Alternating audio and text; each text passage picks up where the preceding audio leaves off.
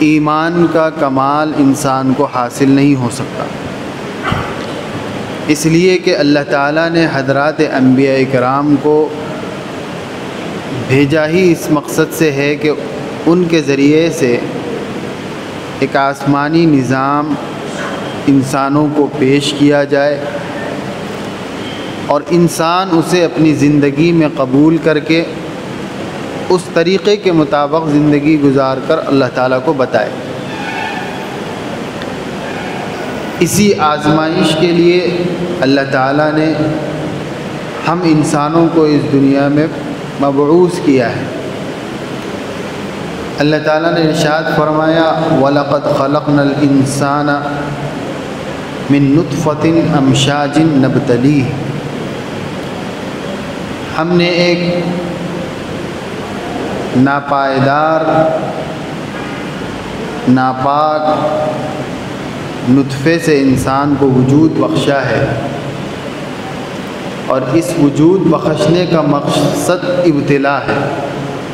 ہم چاہتے ہیں کہ اس کو آزما لیں۔ کیا آزما لیں؟ تو دوسری جگہ اللہ تعالیٰ نے قرآن مجید میں فرمایا کہ ہم یہ دیکھنا چاہتے ہیں کہ کون اس دنیا میں سب سے اچھا عمل کر کے ہمارے پاس حاضر ہوگا۔ لِنَبْلُوَكُمْ أَيُّكُمْ أَحْسَنُ عَمَلًا، احسن عمل پر کون اترے گا، سب سے زیادہ کامیاب کون ہوگا، ممتاز کون رہے گا، یہ ہم آزمانا چاہتے ہیں۔ ویسے اگر اللہ تعالیٰ کی رحمت کا اندازہ ہم قرآن و حدیث سے لگائیں تو اس کی رحمت اس بات کی متقاضی ہے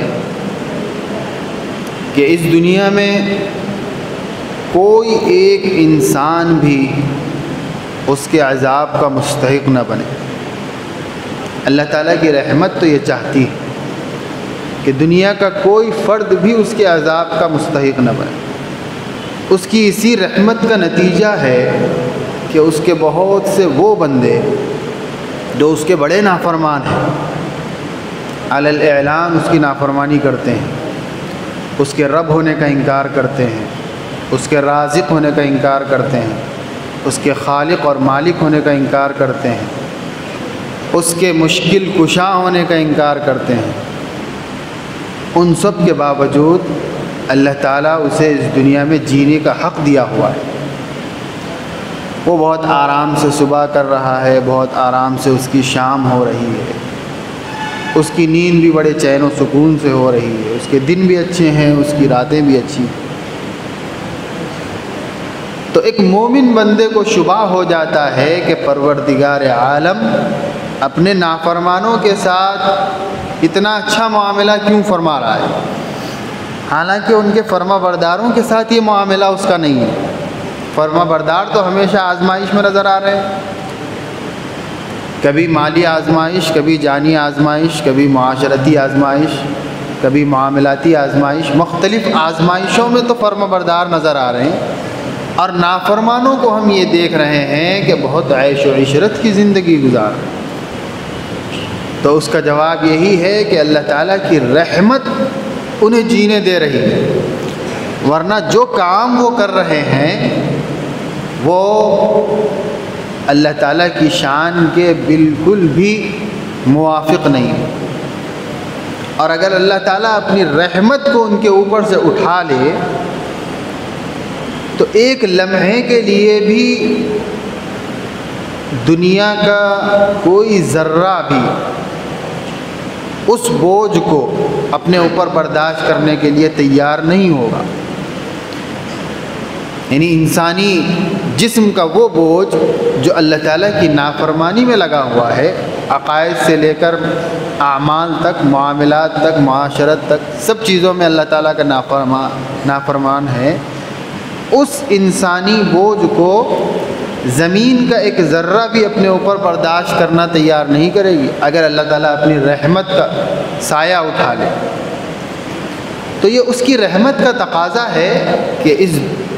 دھرتی پر اس کے نافرمان بندے بھی بڑے چین و سکون کے ساتھ زندگی گزاریں۔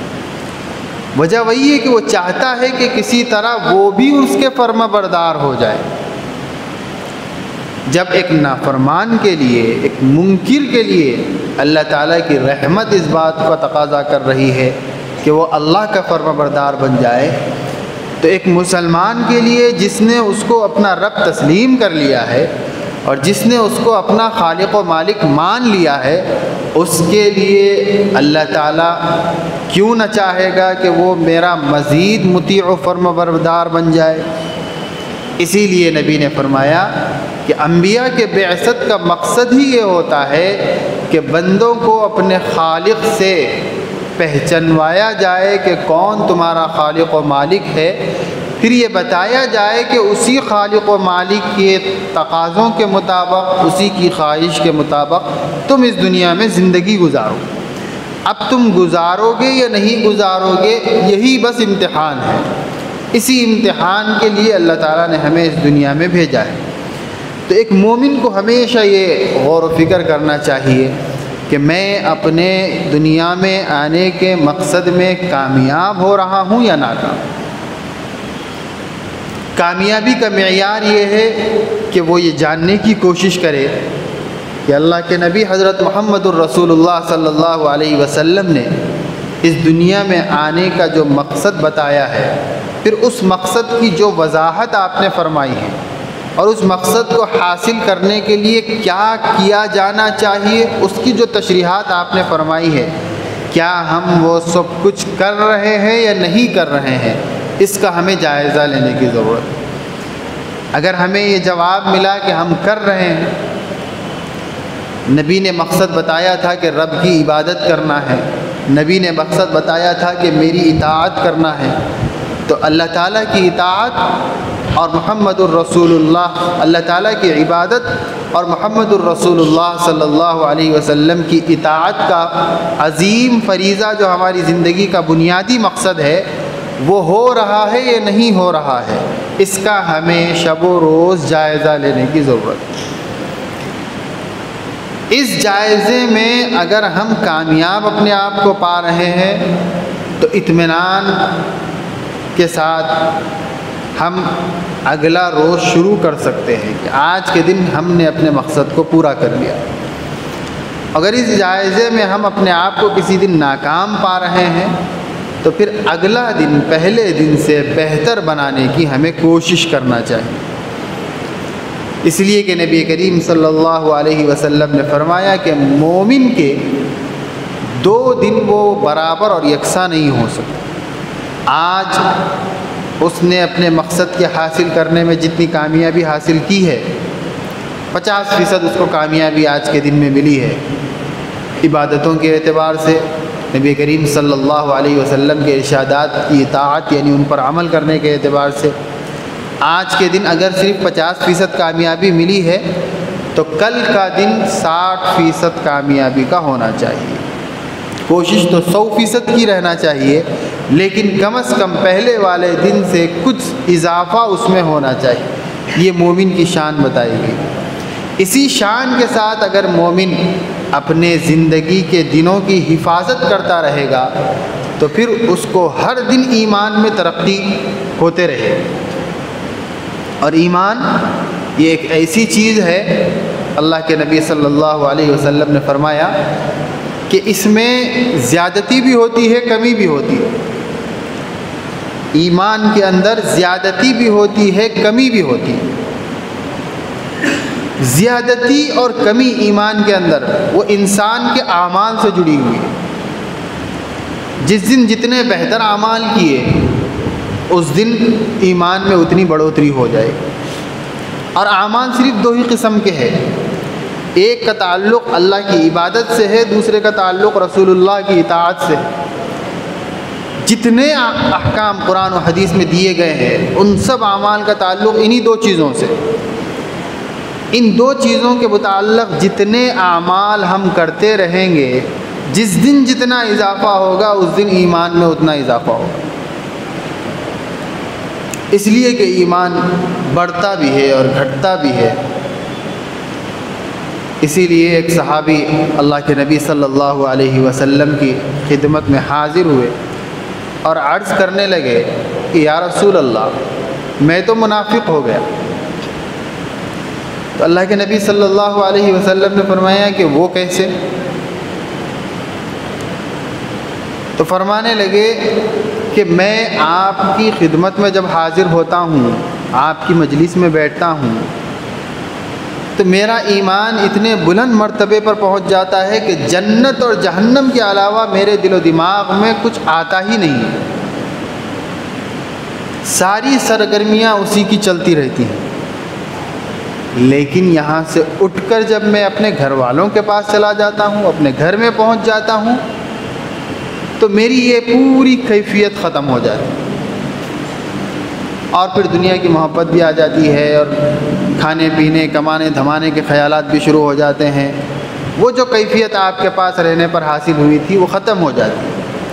تو اللہ کے نبی صلی اللہ علیہ وسلم نے فرمایا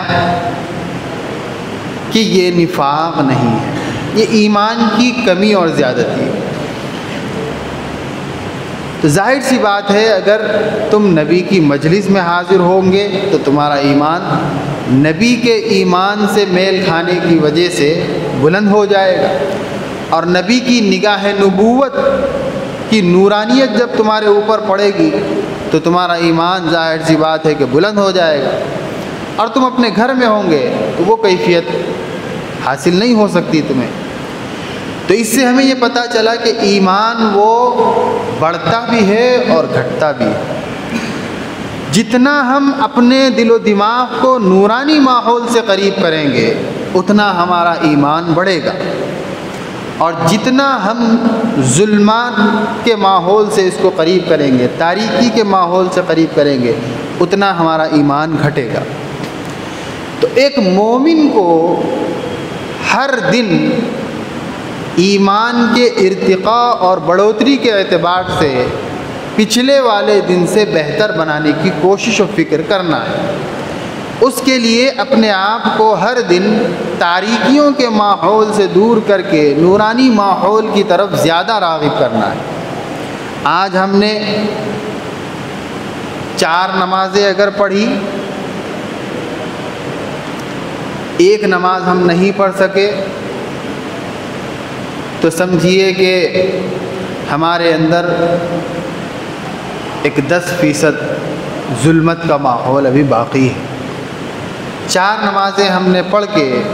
90% ہم نے نورانیت کو حاصل کر لیا، یا ہم نے 5 نمازیں پڑھی لیکن 2 مسجد میں آ کر پڑھی اور 3 اپنے گھر میں پڑھی، تو ہم نے نورانیت کے ماحول سے 100% اپنے آپ کو ابھی قریب نہیں کیا۔ ہم نے کوئی معاملہ کیا تو جھوٹ بول دیا، دھوکہ دے دیا، کسی کو گھما پھرا دیا، تو اس کا مطلب یہ ہے کہ ابھی ہم تاریکی کے ماحول میں ہیں، نورانی ماحول کی طرف ہم نہیں پہنچے۔ ہم نے کوئی معاشرتی زندگی میں کسی کو تکلیف پہنچا دی، بیوی کو غصہ کر دیا، بچوں کو مار دیا، رشتہ داروں کے ساتھ بدسلوکی کر لی، پڑوسیوں کو تکلیف پہنچا دی، تو مطلب یہ ہے کہ ابھی ہم نورانی ماحول کی طرف نہیں بڑھ پا رہے ہیں، ابھی تاریکی ہمارے دل میں ہے۔ اس لیے کہ اس دل میں جب نبی کریم صلی اللہ علیہ وسلم کی لائی ہوئی مکمل شریعت کو اتار لیا نہیں جائے گا، اور پھر اس جسم کے اعضاء کو، اس کے ہاتھوں کو، پیروں کو، زبان کو، آنکھ کو، ناک کو، کان کو ان تعلیمات کے مطابق استعمال کرنا شروع نہیں کر دیا جائے گا، اس وقت تک اس دل میں تاریکی اور ظلمت باقی رہے گی۔ اسی ظلمت اور تاریکی کو نکال کر اس میں نبوت کے نور کو داخل کرنے کی اللہ تعالیٰ نے جا بجا ہدایت اور تعلیم دی ہے، اور نبی کریم صلی اللہ علیہ وسلم نے اس پیغام کو امت تک پہنچایا ہے کہ دل کو اپنے نورانی اور منور بنا لو، اور دل نورانی اور منور اسی وقت بنے گا جب کہ اس میں نبی کریم صلی اللہ علیہ وسلم کا لایا ہوا پورا دین داخل ہو جائے۔ اب جس کے دل میں جتنا دین داخل ہوگا اتنا نور اس کے دل میں پیدا ہوگا، اور اس کی نگاہیں اتنے ہی نور سے دنیا کو دیکھے گی۔ اور جس نیک بندے کے دل میں 100% اللہ کی لائی ہوئی، اللہ کے نبی کی لائی ہوئی شریعت داخل ہو گئی، اور وہ اپنی پوری زندگی صبح اٹھنے سے لے کر سونے تک، پھر بلکہ صبح اٹھنے تک 24 گھنٹے کی زندگی کو نبی کی شریعت کے سانچے میں ڈال لیا، کوئی کام اس کا نبوت کے حکم کے خلاف نہیں ہوتا ہے، کوئی کام اس کا سنت کے اور شریعت کے خلاف نہیں ہوتا ہے، تو پھر اس نورانی دل کے نتیجے میں اللہ تعالیٰ اس کو نورانی نگاہ عطا فرمائیں گے، نورانی دماغ عطا فرمائیں گے، نورانی شنوائی عطا فرمائیں گے، نورانی حوصلے عطا فرمائیں گے، جس کے نتیجے میں اس کائنات کا ذرے ذرے میں اسے نور نظر آئے گا۔ اس نور کو دیکھ کر وہ کہے گا کہ ان سب کو پیدا کرنے والا وہ اللہ تعالی ہے، ان سب کی حفاظت کرنے والا وہ اللہ رب ذوالجلال ہے، ان سب پر جس کا حکم چلتا ہے وہ پروردگار عالم اللہ کی پاکیزہ ذات ہے۔ اور یہ نظر آئے گا اس کو کہ ساری کائنات اسی ایک اللہ کے سامنے خشوع و خضوع کے ساتھ جھکی ہوئی ہے، سورج اس کے حکم کے سامنے پیدا ہونے سے لے کر اب تک مسلسل اطاعت کے ساتھ کام کر رہا ہے، چاند اس کے حکم کے مطابق اپنا کام کر رہا ہے، ستارے اس کے حکم کے مطابق اپنے کام میں لگے ہوئے ہیں، اور کائنات کا ذرہ ذرہ اس کے حکم کی تعمیل میں لگا ہوا ہے۔ تو پھر اس کو احساس ہوگا کہ میں کیوں اس کے حکم کی تعمیل میں اپنے آپ کو مصروف نہ کر لوں، پھر وہ بھی اللہ تعالیٰ کے احکام کے مطابق زندگی گزارنے کی کوشش میں لگ جائے گا، اور اسی کوشش کا اللہ تعالیٰ نے ہمیں مکلف بنایا ہے۔ اللہ تعالیٰ نے فرمایا کہ بندہ کوشش کرتا رہے، اور اس کوشش میں اگر وہ 100 بار ناکام ہو رہا ہے تو 100 بار توبہ کر کے پھر دوبارہ کوشش میں لگ جائے، اللہ تعالیٰ اس کو معاف کرنے والا بھی ہے اور اس پر رحم کرنے والا بھی ہے۔ ان اللہ غفور الرحیم، اللہ تعالیٰ نے فرمایا کہ اللہ تعالیٰ بڑی مغفرت کرنے والا ہے، جتنا بھی گنہگار بندہ کیوں نہ ہو، اگر وہ اس کے حضور میں حاضر ہو کر اپنے گناہوں کی بخشش و مغفرت طلب کر لے تو اللہ تعالیٰ اس کو معاف کر دے گا، اس لیے کہ اللہ تعالیٰ اس پر رحم کرتا ہے۔ تو جتنا رحم اللہ تعالیٰ کا اپنی خلقت پر ہے، اور اس خلقت میں بھی جتنا رحم اللہ تعالیٰ کا اپنے اسلام والے بندوں پر ہے، ایمان والے بندوں پر ہے، اتنا رحم شاید ہی اللہ تعالیٰ کا کسی اور پر ہو، لیکن اللہ کی رحمت وہ ساری کائنات پر پھیلی ہوئی ہے۔ اب ایک ایمان والے بندے کو اس رحمت کو حاصل کرنے کے لیے آزمائش میں مبتلا کر دیا گیا کہ تمہیں یہ رحمت اس وقت ملے گی جب تم رسول کی اطاعت کرو، جب تم اپنے رب کی عبادت کرو گے اور رسول کی اطاعت کرو گے تو تم اس رحمت کے مستحق ہو۔ باقی جو ایمان نہیں لاتا ہے کافر، اس پر اللہ کی رحمت ہمیشہ جاری رہے گی، وہ اس لیے کہ اللہ تعالیٰ اپنے تمام انسانوں کو اور اپنی تمام مخلوق کو اپنی نعمتوں کا مستحق دیکھنا چاہتا ہے۔ اللہ یہ نہیں چاہتا کہ اس کا کوئی بندہ بھی اس کی جہنم کا، اس کے عذاب کا مستحق بنے۔ ہر بندے کو کے حق میں اللہ کی چاہت یہ ہے کہ وہ اللہ کی وحدانیت کو تسلیم کر لے،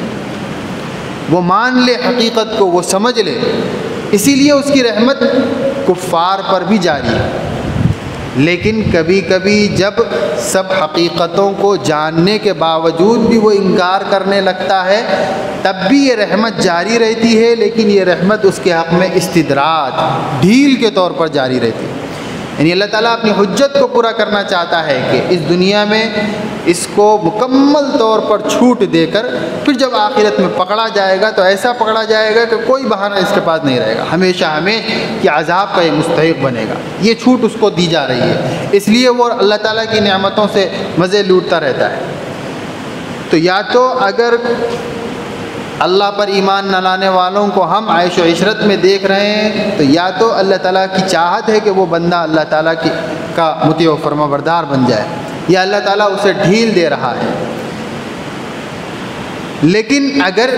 ایمان والے بندوں کے ساتھ ہم یہ کیفیت دیکھ رہے ہیں کہ وہ یا تو اللہ تعالیٰ کی نعمتوں سے خوب لطف اندوز ہو رہا ہے یا پھر وہ مسلسل پریشانیوں کا شکار ہے، تو یہاں بھی دو باتیں، اگر پریشانیوں کا شکار ہے تو یہ ایمان والے کے لیے آزمائش ہے۔ حالانکہ رحمت تو ایمان والے کے لیے زیادہ متوجہ ہے، اللہ تعالیٰ کی رحمت ایمان والے بندے پر زیادہ متوجہ ہے، لیکن اللہ آزما رہا ہے، اور جتنا آزمائش میں کامیاب بندہ ہوتا رہے گا اتنا اس کے مقامات کو اللہ تعالیٰ بلند فرماتا رہے گا، اور جتنا جو قریبی ہوگا اللہ سے اس کی آزمائش اتنی ہی زیادہ ہوگی۔ اور اگر ہم ایمان والے بندے کو اللہ کی نعمتوں میں مست و مگن دیکھ رہے ہیں تو پھر اس کی دو صورتیں ہیں۔ اس حالت میں وہ مست و مگن ہے کہ وہ اللہ کی عبادت میں بھی مصروف ہے، رسول کی اطاعت بھی کر رہا ہے، شریعت پر پکا عامل ہے، اور اللہ تعالیٰ نے خوب عیش و آرام میں رکھا ہے، تو یہ اللہ تعالیٰ کا نقد انعام ہے دنیا میں، اور آخرت میں اللہ تعالیٰ اس کو اور دیں گے۔ اور اس حالت میں ہم ایک بندے مومن کو اللہ کی نعمتوں میں مست و مگن دیکھ رہے ہیں کہ وہ اللہ کی نافرمانی مسلسل کر رہا ہے۔ ایمان تو لا لیا، یہ اقرار تو کر لیا کہ پروردگار عالم آپ کے علاوہ میں کسی کو خالق نہیں مانتا، مالک نہیں مانتا، عبادت بھی آپ ہی کی کروں گا، اور آپ کے رسول کی رسالت کو تسلیم بھی کرتا ہوں، اور ان کے لائے ہوئے احکام اور شریعت کو مانتا بھی ہوں، لیکن عبادت میں بھی کمزور ہے اور رسول کی اطاعت میں بھی بہت پیچھے ہے، اور گناہوں والے اعمال میں بھی اپنے آپ کو مصروف کر رکھا ہے، لیکن اس کے باوجود اللہ کی نعمتیں اس کے اوپر برابر بارش کی طرح جاری ہے، تو یہ بھی اس بندے مومن کا امتحان ہے، یہ بھی ابتلا ہے، اور یہ ابتلا بڑا سخت اور آزمائشوں سے بھرپور ابتلا ہوتا ہے، اس لیے کہ اس ابتلا میں بندہ سمجھ نہیں پاتا کہ اللہ تعالیٰ خوش ہو کر یہ میرے ساتھ معاملہ فرما رہا ہے یا ناراض ہو کر، اس لیے کہ اس کو اتنا تو اطمینان ہے کہ میں مومن تو ہوں، لیکن یہ اللہ تعالیٰ کے احسان کا معاملہ خوشی سے ہے یا ناراضگی کے ساتھ ہے، بندہ اس کو پہچان نہیں سکتا، اس لیے وہ اپنے گناہ پر بہت تاخیر سے متنبہ اپنے آپ کو کر پاتا ہے۔ تو ایک مومن کو بہرحال ایک بیدار زندگی گزارنے کی ضرورت ہے کہ اس دنیا میں اللہ کی نعمتیں دیکھیں تو نبی نے سکھلا دیا کہ اس پر شکر کرو، اور یہ ذہن بناؤ کہ ان نعمتوں کو میں اللہ کی نافرمانی میں استعمال نہیں کروں گا۔ جس ذات نے مجھے نعمتوں سے نوازا ہے ان نعمتوں کو لے کر میں اسی ذات کی نافرمانی کروں، یہ عقل مندی کا تقاضا بھی نہیں۔ اللہ نے کھانے پینے کی نعمتیں دی تو میں کھا پی کر اسی کی نافرمانی کروں جس نے یہ نعمت دی ہے، پہننے اوڑھنے کی نعمتیں دی تو وہ سب استعمال کر کے اسی کی نافرمانی کروں جس نے مجھے یہ نعمت دی ہے۔ تو زندگی میں اللہ کی طرف سے ملنے والی نعمتوں کو سوچ سوچ کر یہ احساس اپنے دل میں پیدا کرنا چاہیے کہ کیا میں ان نعمتوں کو استعمال کر کے اس ذات کی نافرمانی کر سکتا ہوں جس ذات نے مجھے ان نعمتوں سے نہلا دیا ہے، ان نعمتوں کی بارش مجھ پر برسا دی ہے۔ تو ظاہر سی بات ہے اگر ہم انسان ہیں تو دل ہمارا یہی کہے گا کہ یہ بالکل نامعقول بات ہے، ایسا نہیں کرنا چاہیے، تو پھر ہم اپنے آپ کو درست راہ پر لانے کی کوشش کر سکتے ہیں۔ تو جس انسان کے اندر حس اور احساس باقی ہے وہ اپنے آپ کو بلند کر سکتا ہے، اور جس کے اندر احساس بھی مردہ ہو گیا تو وہ نہ اپنے آپ کو پہچان سکتا ہے، نہ اپنے رب کو پہچان سکتا ہے، نہ اپنے نبی کو پہچان سکتا ہے، نہ اپنی قومیت کو پہچان سکتا ہے، نہ دنیا کو پہچان سکتا ہے، نہ عقبہ کو پہچان سکتا ہے۔ اس لیے ہم مسلمانوں کے اندر اپنے اندر ہمیں احساس پیدا کرنے کی ضرورت ہے۔ ایک احساس ہمارے اندر بہت ہے، کمتری کا احساس، ہم رو رہے ہیں اس کمتری کے احساس کی وجہ سے کہ ہمیں اپنے حقوق نہیں مل پا رہے ہیں، دنیا والے بھی ہمیں اپنا حق نہیں دے رہے ہیں، آسمان والا بھی ہمیں ہمارا حق نہیں دے رہا ہے۔ تو یہ احساس کمتری ہے، اس احساس کو ختم کرنا ہے۔ اس احساس کو ختم کر کے یہ احساس پیدا کرنا ہے کہ ہم اس دنیا میں سب سے سچے مذہب کے ماننے والے، اس احساس کو پیدا کرنا ہے کہ ہم اس دنیا میں وہ لوگ ہیں جس نے اپنے حقیقی رب کو پہچانا ہے۔ ہم اس دنیا میں اتنے بلند ترین لوگ ہیں جس نے اللہ کے نبی صلی اللہ علیہ وسلم کو جانا اور ان پر ایمان لایا ہے، اور ہم اس دنیا میں اتنے بلند ترین لوگ ہیں کہ اللہ تعالیٰ کی اگر رحمت اگر کسی کے اوپر ہو سکتی ہے تو وہ ہم پر ہی ہونا چاہیے۔ ہم دنیا میں اتنے بلند ترین لوگ ہیں کہ جس کو اللہ تعالیٰ نے اپنی کلام عطا فرمایا ہے، اپنا کلام عطا فرمایا ہے۔ ہم اتنے بلند ترین لوگ ہیں کہ اللہ تعالیٰ نے ہمیں اس دنیا کے تقریباً حصے پر حکمرانی کا شرف بخشا ہے۔ یہ جب بلند احساس پیدا ہوگا تو پھر ہم اپنے آپ سے سوال کریں گے کہ جب ہم اتنے بلند ہیں تو آج ہم اتنے پست کیوں ہو گئے؟ تو ہمیں یہ جواب ملے گا کہ پستی کی وجہ یہ ہے کہ اللہ نے جس بلندی کو ہمیں عطا فرمایا تھا اس بلندی کی ہم نے قدر نہیں کی، اس بلند مقام و مرتبے کو بچا کے رکھنا جیسا چاہیے تھا ویسا ہم نے بچا کے نہیں رکھا، اس لیے اللہ نے یہ پستی عطا فرمائی ہے۔ تو ہمیں جواب مل گیا کہ ہم اس بلند مقام کی قدر کرنا دوبارہ شروع کر دیں تو خود بخود اللہ تعالیٰ ہمیں اس دنیا میں بھی بلندی عطا فرما دے گا اور آخرت میں بھی بلندی عطا فرمائے گا۔ اور وہ یہی ہے کہ اللہ تعالیٰ نے اپنی کتاب اور اپنے نبی حضرت محمد الرسول اللہ صلی اللہ علیہ وسلم سے جڑنے کی بنیاد پر سابق میں بھی ہمیں بلند فرمایا تھا، اسی سے جڑنے کی بنیاد پر اللہ تعالیٰ حال میں بھی اور مستقبل میں بھی ہمیں بلند فرما سکتا ہے۔ صحابہ کی، تابعین کی، تبع تابعین کی اور نبوت کے زمانے سے لے کر آج تک کے زمانے تک کی پوری تاریخ آپ اسلامی پڑھ لیجئے، جس زمانے میں بھی اسلام کو غلبہ عطا فرمایا اللہ تعالیٰ نے اور اہل اسلام کو بلندی عطا فرمائی تو وہ وہی زمانہ تھا جس میں مسلمانوں نے اپنے آپ کو مسلمان بنا کے رکھا تھا۔ تو آج ہم مسلمان نہیں ہیں، سرکاری دفتروں میں اور دستاویزات میں یقیناً ہمارے نام کے آگے مسلم لکھا ہوا رہے گا، لیکن جس اسلام کے مشن کو دے کر اللہ کے نبی صلی اللہ علیہ وسلم کو اللہ نے بھیجا تھا وہ مشن ہماری زندگیوں سے ختم ہو چکا ہے، وہ شریعت اور وہ دین ہماری زندگیوں سے اب نکل چکا ہے۔ اس لیے جیسے مسلمان ہونے چاہیے تھے ویسے مسلمان اب ہم باقی نہیں ہیں۔ تو قرآن کہہ رہا ہے یا ایھا الذین آمنوا ادخلوا فی السلم کافہ، اے ایمان والو پکے اور پورے مسلمان بننا پڑے گا اللہ تعالیٰ کے وعدوں کے اگر مستحق بننا چاہتے ہو۔ تو قرآن میں، حدیث میں اسلام کا، مسلمانوں کا غلبہ اور ان کے متعلق جتنی بشارتیں سنائی گئی ہیں، جتنی نعمتیں سنائی گئی ہے وہ سب اسی وقت ہے جب کہ ہم پکے مسلمان بن جائیں، اسلام میں پورے کے پورے داخل ہو جائیں۔ جب تک ہمارا یہ ایمان ناقص اور ادھورا رہے گا یہ کشمکش ہمارے ساتھ چلتی رہے گی، یہ کھنچاؤ ہمارے ساتھ چلتا رہے گا، کوئی ہمیں اٹھائے گا، کوئی ہمیں بٹھائے گا، کوئی ہمیں دبائے گا، ہم کسی بھی طریقے سے ان کا مقابلہ نہیں کر پائیں گے۔ اسی وقت کر پائیں گے جب کہ ہم قرآن و حدیث سے یعنی اللہ اور اس کے رسول سے اپنا تعلق اور رشتہ مضبوط کر لیں۔ یہی ایک ذریعہ ہے اپنے آپ کو دنیا میں بھی بلند کرنے کا اور آخرت میں بھی بلند کرنے کا۔ اس لیے ہمیں اس احساس کو اپنے اندر پیدا کرنے کی ضرورت ہے۔ جس دن یہ احساس مسلمانوں میں پیدا ہو جائے گا انشاءاللہ اسی دن مسلمانوں کی فتح ہوگی۔ اللہ تعالیٰ اپنے فضل و کرم سے ہمیں سمجھنے کی توفیق عطا فرمائے اور اپنے سے اور اپنے نبی صلی اللہ علیہ وسلم کے ذات عالی سے اپنا رشتہ مضبوط کرنے کی توفیق عطا فرمائے، اپنی روحانیت کو بلند مقام پر فائز کرنے کی توفیق عطا فرمائے۔ وآخر دعوانا الحمد للہ رب العالمین۔